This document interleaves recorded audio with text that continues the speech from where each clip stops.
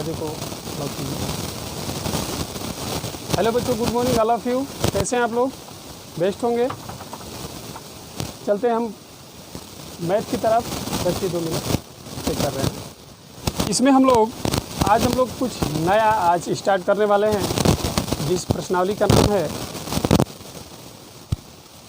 क्या नाम है जी? समांतर श्रेणी। ठीक है,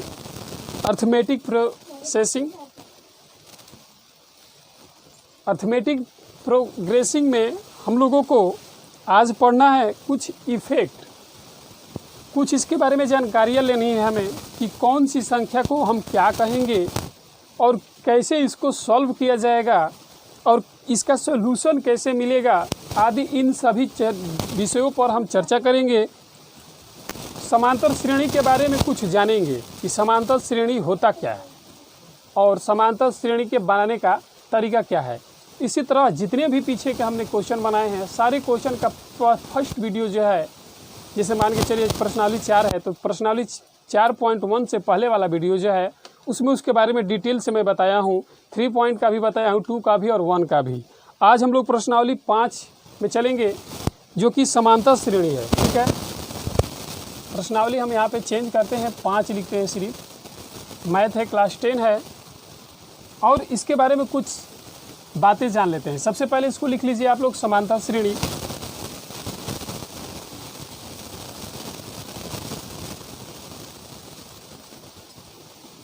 समांतर श्रेणी को हम इंग्लिश में अर्थमेटिक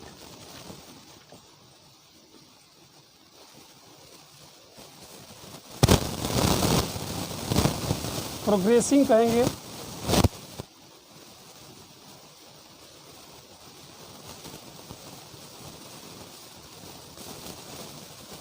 प्रोग्रेशन, ठीक है, अर्थमेटिक प्रोग्रेशन। इसके बारे में आज हम लोग जानेंगे कि ये होता क्या है। ठीक है, तो इसको हम लिखेंगे आज। चलिए हम लिखते हैं, स्टार्ट करते हैं, ज़्यादा देर न करते हैं। इसकी परिभाषा सबसे पहले हम लिखते हैं। अभी आप लोगों को हमने लिखवा दिया है ऑफलाइन में, वीडियो में लिखवा रहे हैं, आप लोग थोड़ा सा सेंस रखिए। संख्याओं के एक अनुक्रम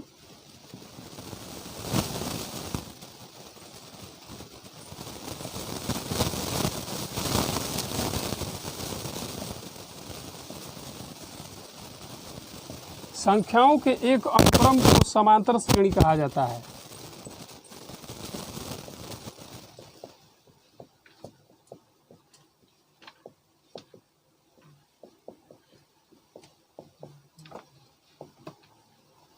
ठीक है, यदि उसके किसी पद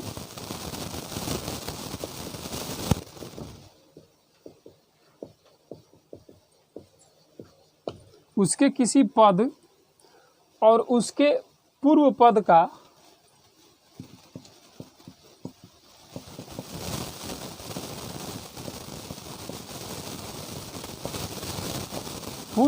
का अंतर सदैव नियत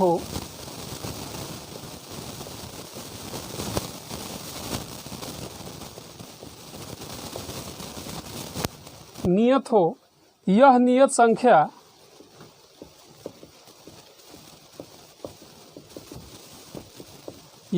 संख्या समांतर श्रेणी का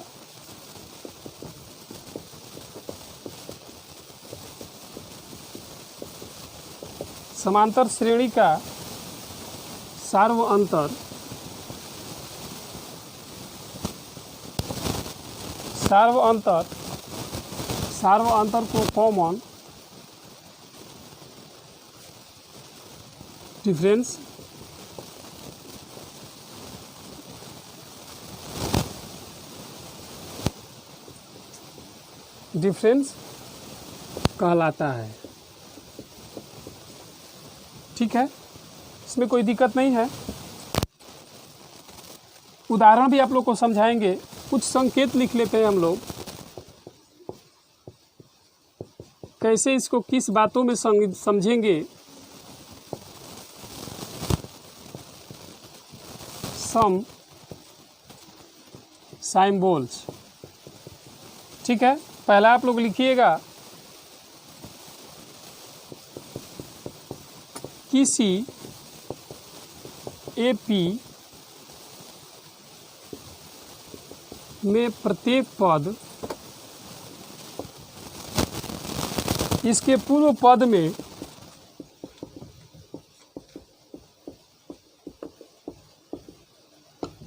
पद में 3 जोड़ने से प्राप्त होता है।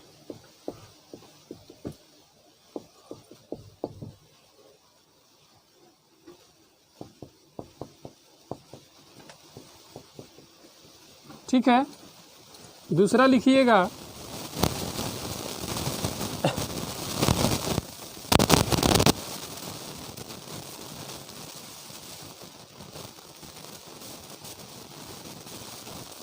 रुकिएगा, ये डिस्टर्ब हो गया है। किसी AP का प्रथम पद लिखना था, प्रथम, द्वितीय, तृतीय, डॉट डॉट डॉट पदों को क्रमशः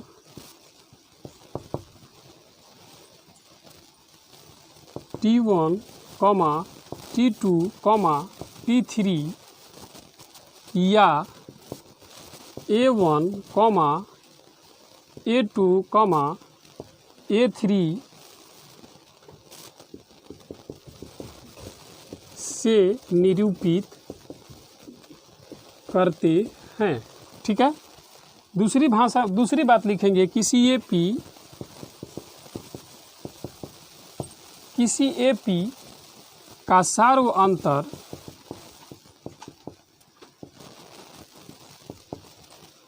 अंतर को D से निरूपित किया जाता है।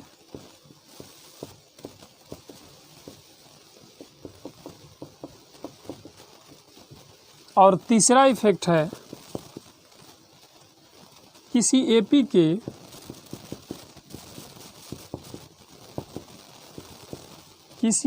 के n पदों के योग को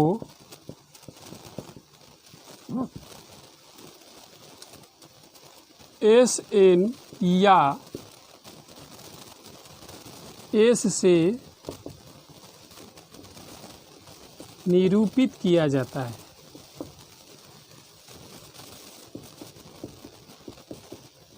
ठीक है, तो कुछ बातें हैं, कुछ संकेत है, आप लोग इस संकेत को हमेशा दिमाग में रखिएगा। पहला संकेत हमारा कह रहा है कि किसी AP का प्रथम, द्वितीय, तृतीय डैश डैश डैश पदों को क्रमशः T1, T2, T3 या A1, A2, A3 से निरूपित करते हैं। ठीक है, पहली बात। दूसरी बात, किसी AP का सार्व अंतर को D से निरूपित किया जाता है। अगर कहीं कहे कि सार्व अंतर इसका क्या है, तो सार्व अंतर बराबर D होता है। आप लोग इसको दिमाग में रखिएगा। और तीसरा कह रहा है कि किसी AP के n पदों के योग को SN या S से निरूपित किया जाता है। ठीक है, अब हम इसको लिखेंगे कि AP के प्रकार कितने होते हैं। AP के प्रकार कितने होते हैं, तो आप लोग इसको वीडियो को पॉज करके रोक कर आप लोग लिख लीजिएगा। अब हम इसको थोड़ा सा मिटा रहे हैं, क्योंकि लिखना है AP कितने भाषाओं में होता है। ठीक है, अब हम समझेंगे कि AP की क्या चिन्ह है, कितनी होती है, कैसे उसको सोल्व किया जाता है, इन सभी बातों को। ठीक है,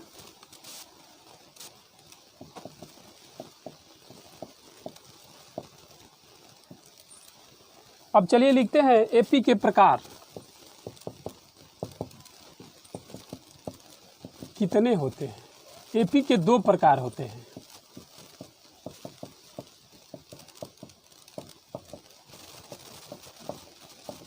ठीक है, कौन कौन?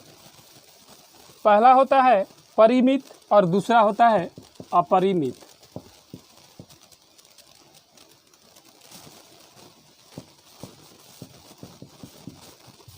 परिमित को इंग्लिश में क्या बोलते हैं?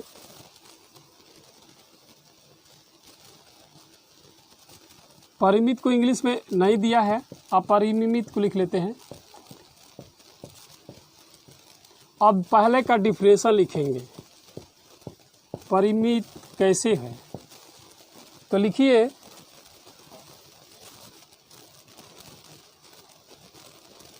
इसको इंग्लिश में फिनिटी बोला जाता है, फिनिट, और इसको इनफिनिट।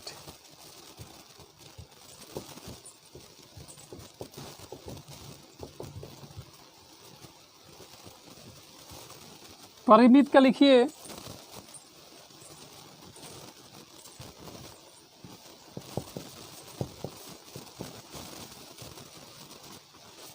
जब किसी एपी के पदों की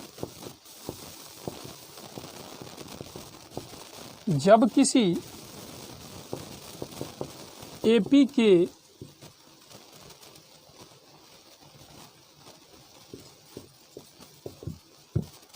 पदों की संख्या परिमित होती है,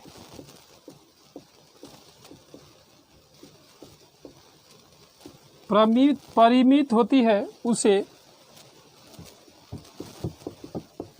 परिमित एपी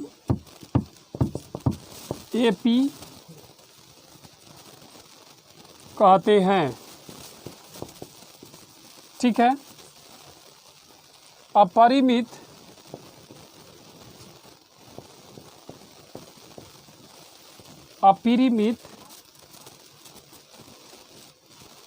एपी में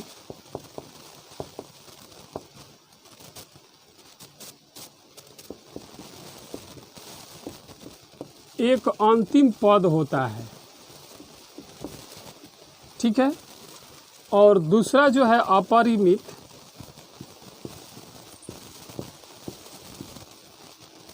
अपरिमित को इन्फिनिट बोलते हैं, आप लोग लिख लीजिएगा।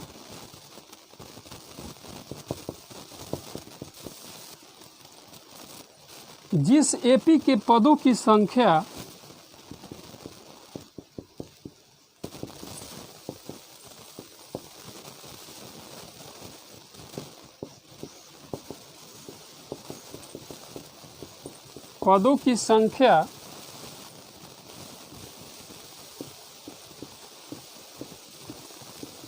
अपरिमित होती है, उसे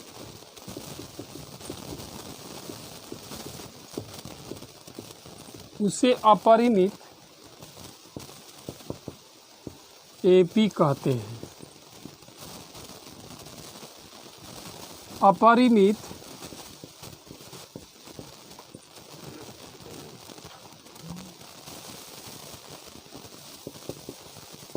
एपी में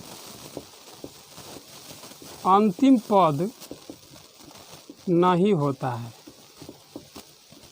ठीक है। पद होता है, इसमें उदाहरण के तौर पे आप लोग लिख लीजिएगा। पहला में परिमित में 3, 7, 11,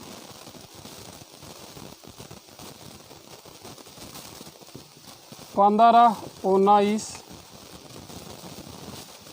23, 27 और 31। और इसका एग्जाम्पल लिख लीजिएगा 1, 2, 3, 4, 5 जो भी संख्याएं हैं। ठीक है।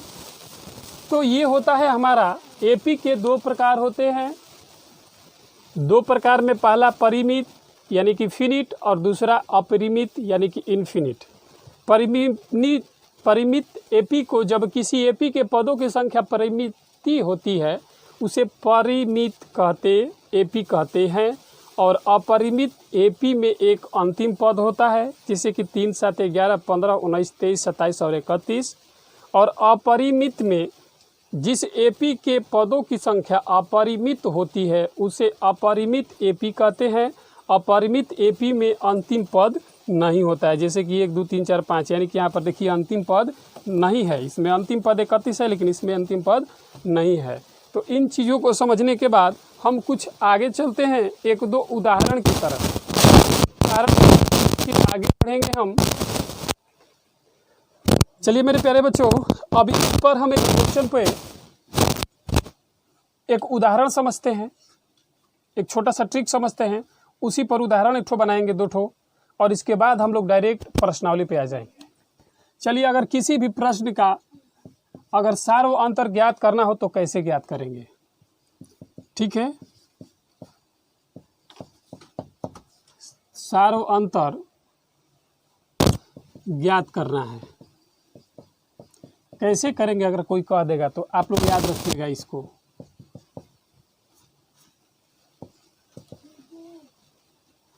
D बराबर A2 माइनस A1,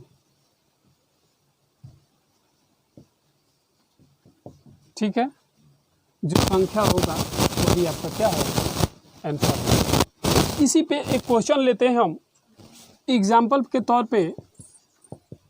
जैसे कि मान लीजिए कि एक हमारे पास संख्या है, कौन सी संख्या है? 3, 6, 9 और 12, और इसके आगे वाली संख्या हमको नहीं पता है, निकालना है। तो कैसे निकालेंगे? सेम टू सेम इसी क्वेश्चन पे हम लोगों को सॉल्व कर देंगे। A1 बराबर क्या है? 3 है। A2 बराबर क्या है? 6 है।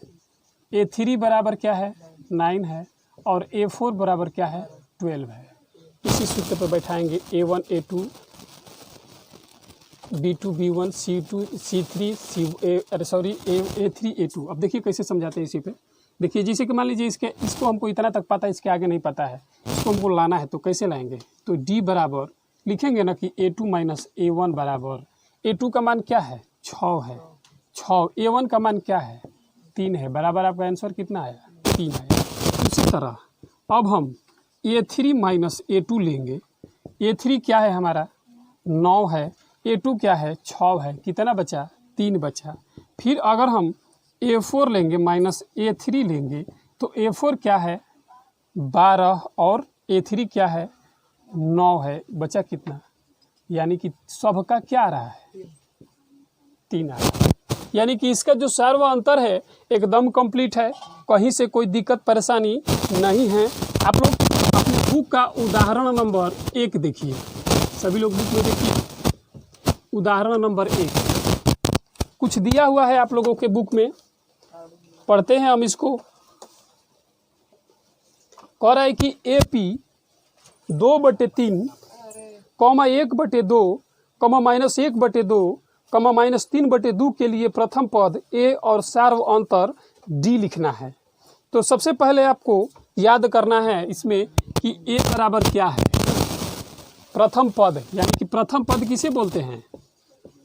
प्रथम पद किसे बोलते हैं? A को बोलते हैं। और A बराबर आपका क्या है? तो आप ध्यान से देखिएगा तो आपको मिलेगा कि A बराबर हमारा 3/2 है।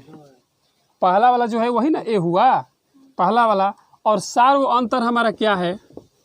सार व अंतर क्या है? D है। D को निकालने के लिए हम क्या करते हैं? यही करते हैं कि नहीं? सार व अंतर निकालने के लिए हमने सूत्र यहाँ पर दिया आप लोगों को, तो इसी पे करते हैं। इस पे जब हम करेंगे तो A2 माइनस A1 आएगा। तो बुक में देखिए आप लोग, A2 जो संख्या है A2 1/2 है। A2 क्या है? 1/2 है। और A1 बराबर क्या है? 3/2 है। जब इसको हम करेंगे तो इसका लसा लेंगे तो 2 होगा, 2 से 2 खत्म हो जाएगा, यानी कि 1 होगा। और ये माइनस ये जो है 2 से ख़त्म, यानी कि 3 हो जाएगा। जब इसको हम करेंगे तो -2/2 ख़त्म हो गया। कितना बचा हमारा? यही इसका क्या हो गया? सार व अंतर D हो गया। आई चीज़ें समझ में? समझते हैं फिर से एक बार। आपके क्वेश्चन के मुताबिक प्रथम पद A बराबर 3/2 है और A2 बराबर हमारा जो है 1/2 है। तो सारों अंतर लगा दीजिए। D बराबर A2 माइनस A1 होता है। तो A2 1/2 है माइनस 3/2, इन दोनों का लसा लिए 2 हुआ। इसमें से इसमें भाग दिए का 1 में गुणा करेंगे तो 1 ही होगा। फिर माइनस का चिन्ह, माइनस दे दिए। 2 में 2 से भाग देंगे तो 1 होगा। 1 में 3 से गुणा करेंगे तो 3 होगा। 3 में से घटा देंगे -2 होगा। -2 कैसे हो गया? क्योंकि ये बड़ा है और इसका ही चिन्ह लेंगे तो -2/2। तो 2 से 2 घटाएंगे तो -1 इसका आंसर हो गया। आगे कि नहीं आ गया? इसी तरह आपके उदाहरण नंबर 2 है। सबसे पहले इसको आप लोग उतार लीजिए। उदाहरण नंबर 2 भी देख लेते हैं। इसको आप लोग लिख लीजिएगा। हम थोड़ा सा साइड हो जा रहे हैं। इसको आप लोग वीडियो फ्यूज करके लिख सकते हैं। अभी आप लोग लिखे कि नहीं लिखे? ठीक है, थोड़ा सा तब करते हैं। चलिए हम आगे तो कुछ उदाहरण 2 में आप लोग उदाहरण 2 भी देखिए। उदाहरण 2 में कितना क्वेश्चन दिया है? 4 ठो 5 ठो 4 ठो क्वेश्चन दिया है, जिसमें से हम पहला क्वेश्चन को सॉल्व कर रहे हैं। ठीक है, पहला क्वेश्चन ध्यान से देखिए कितना दिया है? 4, 10, 16, 22। 4, 10, 16 और 22। अब इसमें हमको क्या करना है? कुछ नहीं करना है, आगे वाली संख्या हमें नहीं पता है। ठीक है, आगे वाली संख्या को निकालना है, तो फिर वही टू सेम बातें करना है हमको। A2 माइनस A1 बराबर A2 क्या है? 10 है। 10 माइनस 4 बराबर कितना बचा? 6। A3 माइनस A2 बराबर 16 माइनस 10 बराबर 6। A4 माइनस A3 बराबर 22 माइनस 16 बराबर 22। 6 आ गया। ठीक है, जब हमको तीनों का अंतर एक ही आ रहा है तो लिखेंगे यहाँ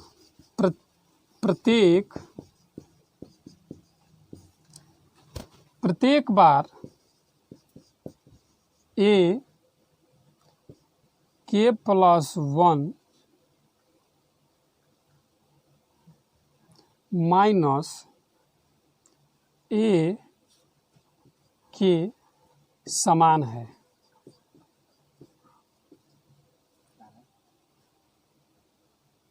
इसलिए दी गई संख्या की सूची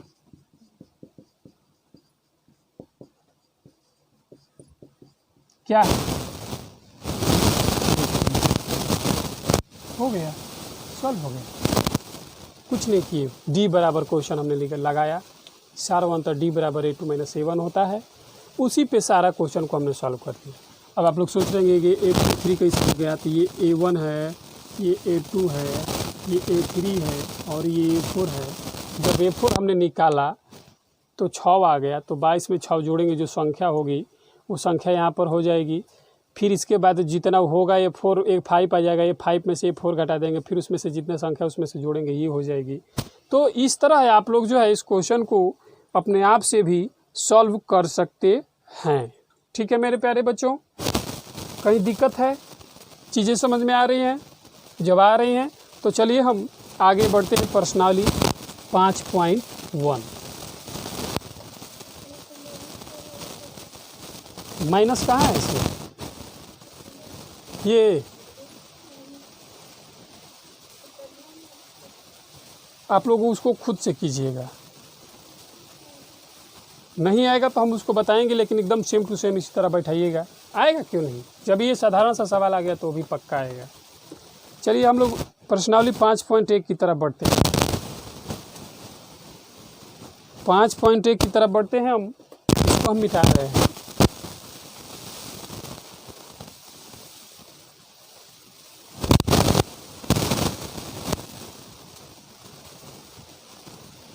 प्रश्नावली 5.1 अब हम लोग यहाँ पर इंटर लगाते हैं।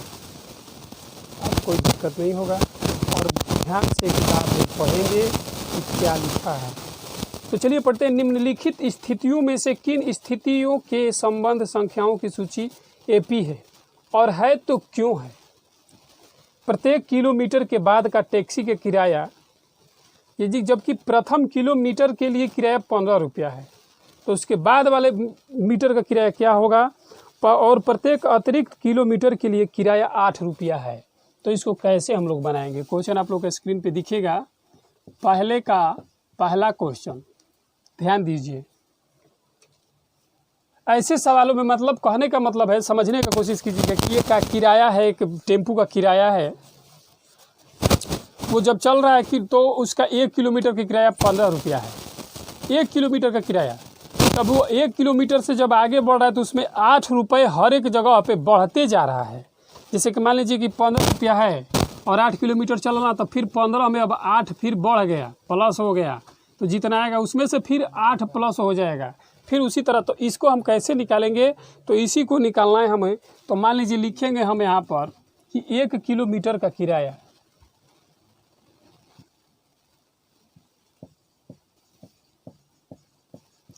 1 किलोमीटर के बाद किराया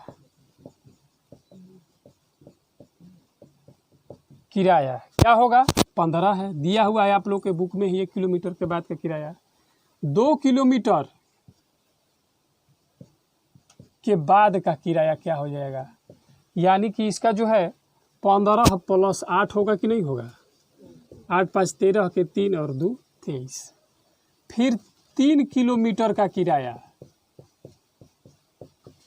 यानी कि 23 प्लस 8, 8 3 11 के 1 और 2 1 3। फिर इसके बाद 4 किलोमीटर के बाद का किराया, तो 31 प्लस 8 बराबर 39। किसी को कहीं दिक्कत? तो लिखेंगे इस स्थिति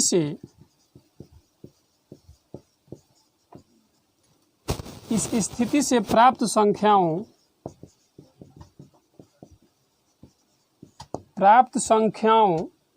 की सूची क्या निकल गई? 15, 23, 31, 39। ठीक है, और भी संख्या आप अगर निकालना चाहेंगे तो निकल जाएगी। तो इस तरह कर दिए। तो यहाँ पर लिखेंगे कि यह सूची एक एपी है क्योंकि प्रत्येक अगला पद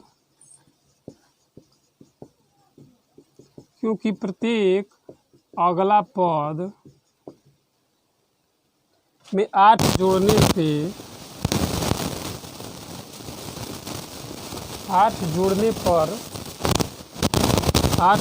से प्राप्त होता है।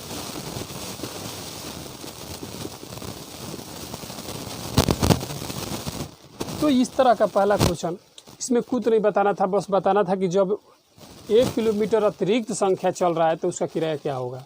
तो सबसे पहले उसका 1 किलोमीटर के किराया 15 रुपया, 1 किलोमीटर के बाद का किराया 8 रुपया बढ़ जाता है, तो 15 प्लस 8। फिर दूसरे किलोमीटर में चला तो 15 प्लस 8 हुआ। तीसरे किलोमीटर में चलेगा तो फिर उसमें 8 न बढ़ जाएगा, तो फिर 23 रुपये 8 बजे 31 हो जाएगा। फिर चौथे किलोमीटर में चला, यानी कि एक बार इसको डायग्राम के माध्यम से समझाते हैं। मान लीजिए कोई लड़का है, यहाँ से यहाँ तक उसका 15 रुपये किराया लगता है, लेकिन जब भी वो आगे बढ़ेगा उसमें से फिर प्लस 8 होते जाएगा, तो बतलाइए आप कि कितनी संख्याओं में उसको बढ़ोतरी होगी। तो वही वाली चीज़ों को हमने यहाँ पर विस्तार से समझाया है। आ रही है चीज़ें समझ में? जब चीज़ें समझ में आ गई तो इसको नोट कीजिए और अगले क्वेश्चन यानी कि दूसरे नंबर क्वेश्चन हम पढ़ते हैं। आइए मेरे पहले हम दूसरा क्वेश्चन आप ध्यान से पढ़िए। दूसरा क्वेश्चन कह रहा है कि किसी बेलन में उपस्थित हवा की मात्रा, एक बेलन है उसमें हवा है, उसका उपस्थिति बताना है। मात्रा जबकि आयु निकालने वाला पंप प्रत्येक बार बेलन की शेष हवा का 1/4 भाग बाहर निकाल देता है। भरा हुआ है उसमें हवा और जो हाल ही उसको पंप कर रहे हैं 1/4 भाग उसका बाहर निकल जा रहा है। देखिए उसको बनाना कैसे है। एक बेलन बना लेते हैं हम।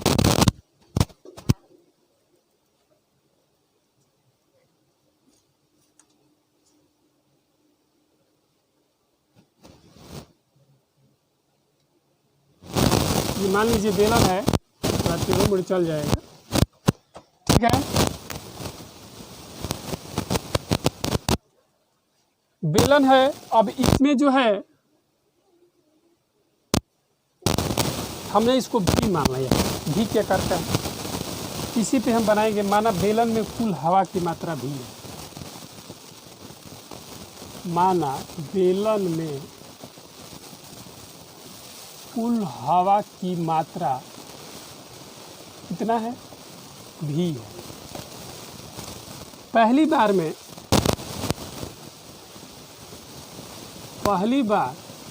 1/4 भाग हवा निकलने के बाद शेष हवा, 1/4 भाग हवा निकलने के बाद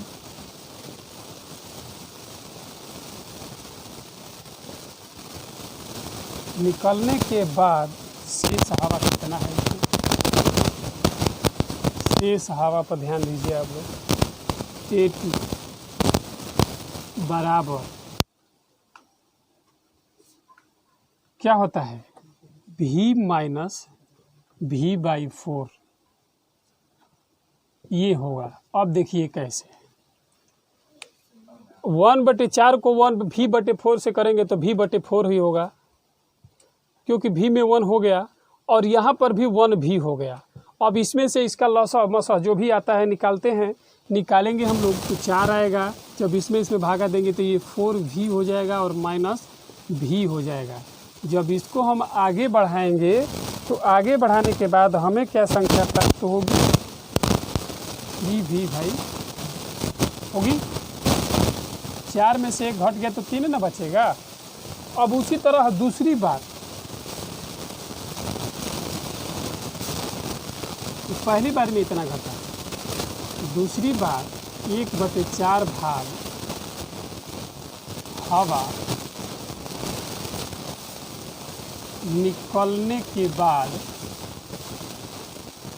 शेष हवा, एकदम हम लोग डी पर ही बना रहे हैं, आप लोग इसको ध्यान रखिएगा।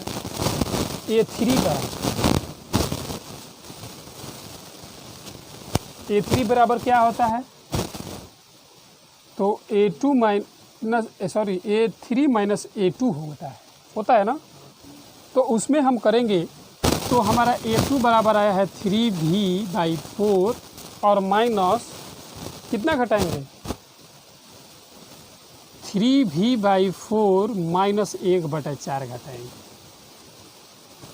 कन्फ्यूज मत होइए, ये हमारा है A3 A2 और उसमें से भी 1/4 घटाना है। इसमें से 1/4 घटाए हम तो V/4 आया ना, उसी तरह इसमें भी 1/4 घटाएंगे। तो ध्यान दीजिए आप लोग, सबसे पहले इसका जो है क्रमबंध तोड़ेंगे।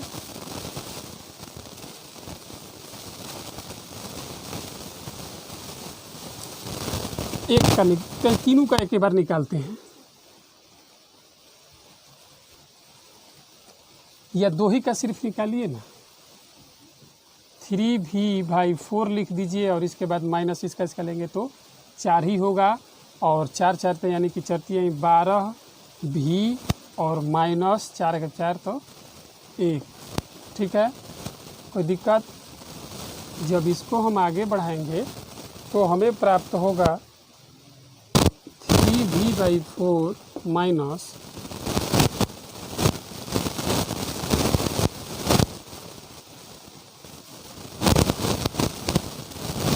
हो यहाँ पे देखिए डिस्टर्ब हो रहा है, रुक जाइए, गुणा ना करना था जी, हम लोग को माइनस किए हैं। तो ये हमारा हो जाएगा 3V/4 के 16, अब ना होगा। अब इसमें से घटा देंगे तो इसका दोनों का लसा लेंगे तो हमारा 16 ही आएगा। तो 4 के 16 तो चरती आई 12V माइनस 16 एकम 16 तो 3V। जब इसको हमने किया तो 12 में से 3 घटा देंगे, कितना बचेगा, 9V/16 हो गया। अब जो है दी गई स्थिति से प्राप्त सूची, दी गई स्थिति से प्राप्त सूची निकालना है। प्राप्त सूची को निकालते हैं, देखिए कैसे। V है, एक हमारा सिर्फ V है, दूसरा क्या है 3V/4 है, तीसरा क्या है 9V/16 है, यही है ना। डॉट डॉट डॉट और भी संख्याएं आ सकती थी, तो हम लिखेंगे यहाँ पर, दिखलाएंगे, इसको दर्शाएंगे A2 minus A1, A2 minus A1। तो A2 क्या है 3V/4 माइनस V, क्या होगा 3V माइनस 4V/4। जब इसको हम सॉल्व करेंगे तो माइनस V/4 होगा। उसी तरह हम यहाँ पर A3 A2 निकालेंगे।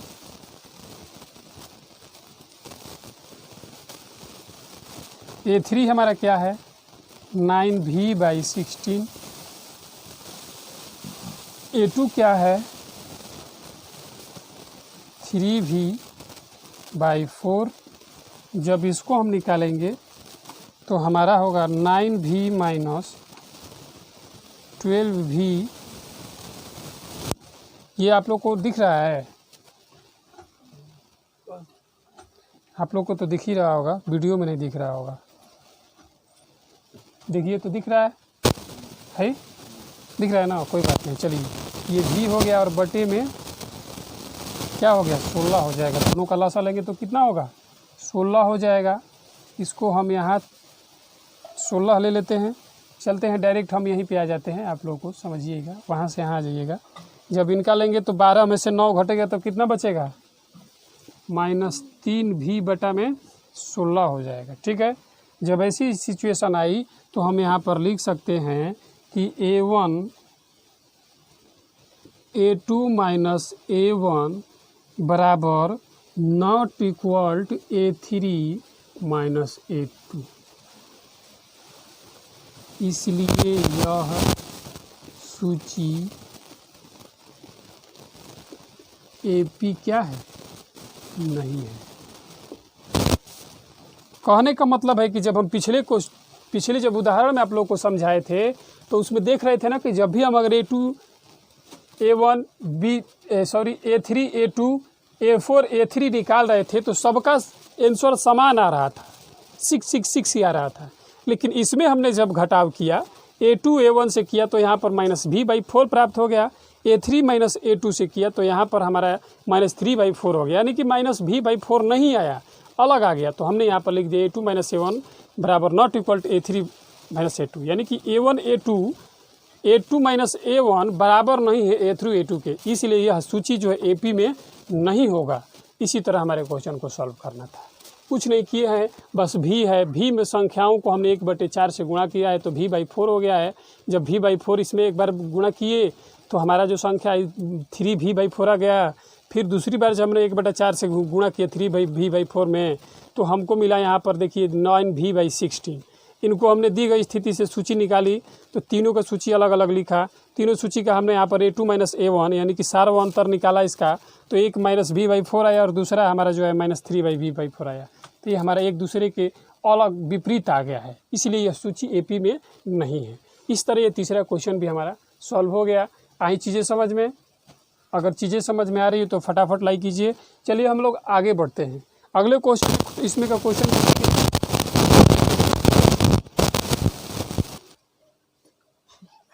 चलिए क्वेश्चन नंबर तीसरा है हमारा, ध्यान से पढ़िए। प्रत्येक मीटर की खुदाई के बाद एक कुआं खोदने में आई लागत, जबकि प्रथम मीटर खुदाई की लागत 150 रुपया थी और बाद में प्रत्येक मीटर की खुदाई लागत 50 रुपये बढ़ती जाती है। माने कहने का मतलब हमारा ये है कि 1 मीटर जब हम खुदाई किए तो उसका 150 रुपया था, लेकिन जो ही उससे आगे बढ़ रहे हैं उसमें जो है कितना बढ़ रहा है 50 रुपया बढ़ते जा रहा है। जितना आगे बढ़ रहा है 50 रुपया बढ़ते जा रहा है। तो इसी को हमको सॉल्व करना है। कैसे करेंगे ध्यान से देखिए। पहले मीटर की खुदाई की लागत लिखेंगे। पहले मीटर की खुदाई की लागत क्या है 150 रुपये। कौन है जी? साइलेंट रहिए। इसको हम यहाँ पर डायरेक्ट नहीं लिखेंगे, इसको हम A1 लिख लेते हैं। ठीक है, अब दूसरा चलते हैं। दूसरे मीटर की खुदाई की लागत, दूसरे मीटर की खुदाई की लागत यानी कि A2 बराबर, अब 150 में प्लस 80 रुपीज़ को ऐड करेंगे। क्यों आप लोग हंस रहे हैं? कितना होगा पहले इस पे ध्यान दिया जाए तो लिखिए आप 150 और 8 8 5 13 यानी कि 230 होगा, लेकिन यहाँ पर 15 होगा। कितना हो जाएगा 200। ठीक है, फिर इसके बाद तीसरे मीटर की खुदाई की लागत A3 बराबर यानी कि 200 प्लस 50 बराबर 250। फिर तीसरे ही तक या चौथे तक ले लेते हैं। चौथे मीटर की खुदाई की लागत यानी कि A4 बराबर 250 प्लस 50 बराबर कितना 300। यानी कहने का मतलब है कि दी गई स्थिति से प्राप्त संख्याओं की सूची।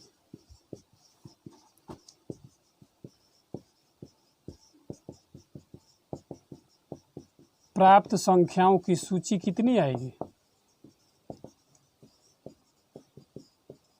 संख्याओं की सूची लिखिए आप लोग।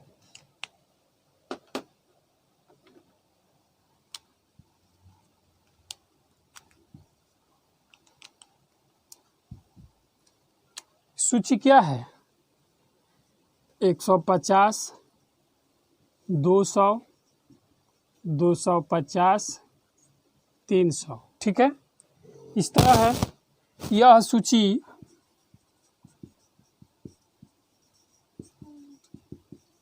AP, यह सूची एक लिख लीजिएगा, एक AP है क्योंकि यहाँ प्रत्येक अगला पद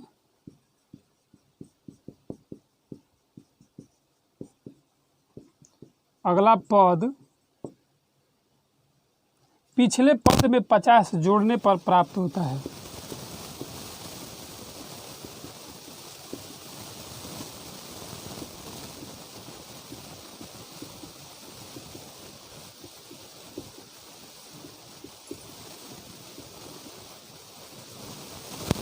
नहीं किए इसमें, डायरेक्ट इसको सॉल्व कर दिए, हो गया।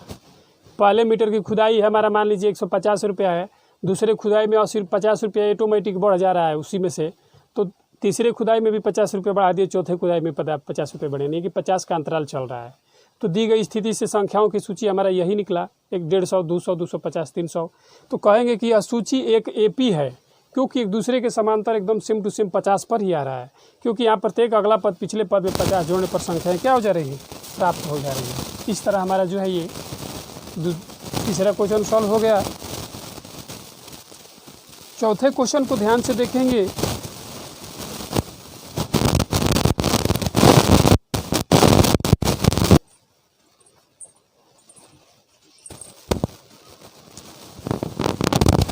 चलिए हम चौथा क्वेश्चन की तरफ बढ़ते हैं। चौथा क्वेश्चन आप लोग ध्यान से देखिए, बुक में आप लोग पढ़िएगा तो आप लोगों को एक क्वेश्चन लिखा है, बहुत ही शानदार क्वेश्चन है। खाते में प्रत्येक वर्ष का मिश्रधन जबकि 10,000 रुपये की राशि 8% वार्षिक दर से चक्रवृद्धि ब्याज पर जमा की जाती है। मूलधन कितना है?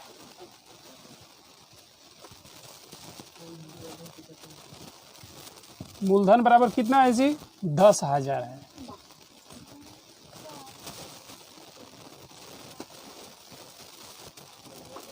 ठीक है, दर बराबर कितना है? जिस R बराबर भी इसको बोलते हैं 8% वार्षिक है। आगे मिश्रधन बराबर एक सूत्र होता है, मिश्रधन बराबर मूलधन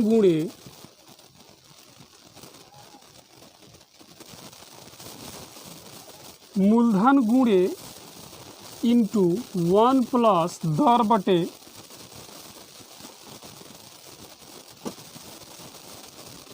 100 के पावर समय। इस पे इसको बैठाइए, पहले वर्ष का मिश्रधन,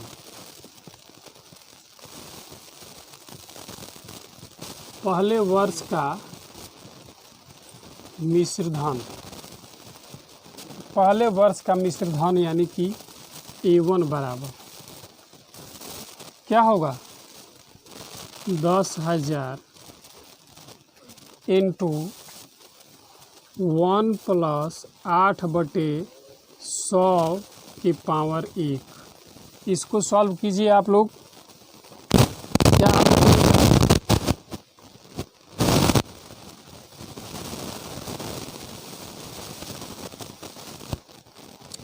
इसका जब हम बटे पर का जोड़ निकालेंगे तो ये तो हमारा 10,000 है, ये जब निकालेंगे हम बटे पर का इसका जोड़ तो 108 प्राप्त होगा। 108 बटे में 100 लिख देते हैं डायरेक्ट समझने के लिए आप लोगों को। इससे ये जब इन संख्याओं को आपस में गुणा कीजिएगा 108 से और 1000 से, तो आपको क्या प्राप्त होगा?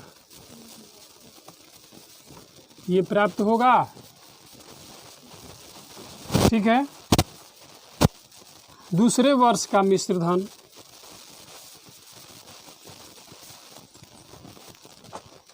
दूसरे वर्ष का मिश्र धन A2 बराबर 10,000 इंटू 1 + 8/100 का, अब दूसरे वर्ष का है ना तो दूसरा हो जाएगा ये हो जाएगा 10,000। अब A + B के होल स्क्वायर पे ये हो गया है, तो A + B के होल स्क्वायर पे चीज़ों को जब आप लोग दर्शाएंगे, या आप डायरेक्ट इसको लिख सकते हैं 108/100 गुणे 108/100 बराबर, कटाएंगे तो ठीक है, नहीं कटाएंगे तो भी कोई दिक्कत नहीं है। 0 से 0 ख़त्म, 0 से 0 ख़त्म, यानी 108 है और 108। जब इसमें हम गुणा करेंगे तो आप लोगों को एक संख्या प्राप्त होगी 11,640। देखिए हमने डायरेक्ट आप लोगों को करके दिखला रहा है, इसमें इतना समय नहीं है कि गुणा भाग किया जाए, लेकिन फिर भी आप लोग अपने आप से करके देख लीजिएगा। Close the door, 2 minutes waits please. तीसरे वर्ष का मिश्र धन, अब तीसरे वर्ष का मिश्र धन निकालेंगे। तीसरे वर्ष का मिश्र धन बराबर A3 बराबर 10,000 इंटू 1 + 8/100 का होल क्यू, तीसरे है ना, क्यू हो जाएगा। जब ये क्यू होगा तो आप इसको करेंगे 10,000 गुणे 108/100 गुणे 108/100 गुणे 108/100। जब इसको तीनों को आपस में एक साथ गुणा करेंगे, आप लोग खुद से करके दिखाइएगा, कल मैं ये गुणा देखूंगा आप लोगों का, ठीक है। गुणा करके कमेंट में बताइएगा। जब इसको हम लोग करेंगे तो हमारा होगा 12,597.12 इसका होगा। अभी आंसर नहीं हो गया, अभी आगे देखिए। तीसरे वर्ष तक हमने मिश्र धन निकाला, दी गई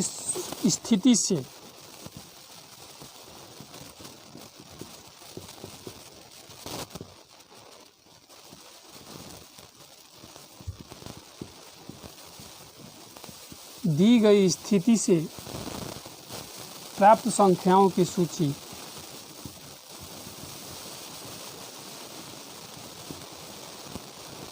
क्या है? सूची सजा लीजिए आप लोग। सूची सजाएंगे तो हमारा होगा 0,800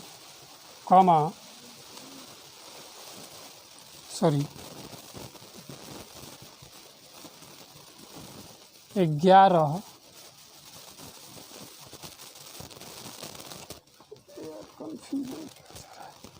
10 न है 800, फिर इसके बाद 11,640 12,597.12 इस तरह की संख्याएँ आएगी। जब इस तरह की संख्याएँ आएंगी, ब्लैक ले लेते हैं थोड़ा सा, आप लोगों को नीचे कहीं दिक्कत ना हो। लिखेंगे हम यहाँ पर A2 - A1 बराबर A2 - A1, A2 11,640 माइनस 10,800 बराबर 840। उसी तरह A3 - A2 बराबर, A3 क्या है? 12,597.12 नीचे रहता है माइनस 11,640। ठीक है, जब इसको हम लोग हटाएंगे तो 93,120 होगा। तो हम लिखेंगे तब A2 माइनस A1 बराबर not equal A3 minus A2। इसलिए यह सूची AP नहीं है। हो गया ये क्वेश्चन हमारा। ध्यान से देख लेते हैं एक बार। मूलधन हमारा दिया हुआ है 10,000, दर बराबर दिया है 8%। एक सूत्र होता है मिश्रधन बराबर मूलधन गुणे 1 प्लस दर बटे 100 के स्क्वायर समय, यानी कि समय को T बोला जाता है, दर को R बोला जाता है। PCMC पहले वर्ष का मिश्रधन निकालेंगे यानी कि A1। तो पहले वर्ष का मिश्रधन के लिए इसमें सेम टू सेम संख्याओं को वही लिखेंगे, बस अर्थ समय का चेंज करेंगे। जब पहले बार में निकाले तो देखिए पहला है, फिर दूसरे बार में निकाले तो दूसरा है, तीसरे बार में निकाले तो तीसरा है, यानी कि सेम टू सब कुछ तो वही है, सब कुछ संख्याएं वही है, लेकिन समय हमने सिर्फ बदला है। समय बदला है तो क्या हुआ, हमको 10,000 गुणे 108 बटे में 100 कटा दिए तो ये 10,800। फिर इसके बाद दूसरे वर्ष का मिश्रधन A2 निकाले तो 10 गुण एकदम यही वाली बात, यही वाली बात, बस यहाँ पर 1 की जगह 2 कर दिए हैं, यानी कि 108 बटे 100 को 2 बार लिखना होगा। तो 108 को 2 बार लिखें तो 11,640 होगा। जो भी आप लोग गुणा करेंगे तो उतना आएगा। तीसरे वर्ष में भी हमने सेम टू सेम यही संख्याओं को यहाँ पर उतारा है, बस यहाँ पर 2 की जगह 3 कर दिए। अब 10,000 में 108 बटे 3 को 3 बार करेंगे, 108 बटे 100 गुणे 108 बटे 100 गुणे 108 बटे 100, इसको करेंगे तो 12,597.12 रुपया हुआ। अब यहाँ पर दी गई स्थिति से प्राप्त संख्याओं की सूची, यानी कि सूची हमारा यही ना है, तो सूची हमने यहाँ पर सीरियल बाई सीरियल लगा दिया। तो हमने देखा, अब इसको जांच करना है कि क्या यह AP में है। तो AP में कैसे होगा, अगर इसमें से हम इतना घटाएंगे तो जो संख्या आएगा वही संख्या इसमें से इतना घटाने पे आनी चाहिए। तो देखिए हमने A2 को A1 से घटाया तो हमको 840 आया, तो फिर हम A3 A2 को भी घटाएंगे तो 840 आना चाहिए था ना, लेकिन नहीं आया। जब यह नहीं आया तब हम लिख सकते हैं कि A2 माइनस A1 बराबर not equal A3 minus A2। यह सूची AP में नहीं है। इस तरह इस क्वेश्चन को आप लोगों की परीक्षा में 5 नंबर क्वेश्चन के आने की संभावना है, इसलिए आप लोग हो सके तो इसको स्टार कर लीजिएगा या VVI कर लीजिएगा, वेरी इम्पोर्टेंट।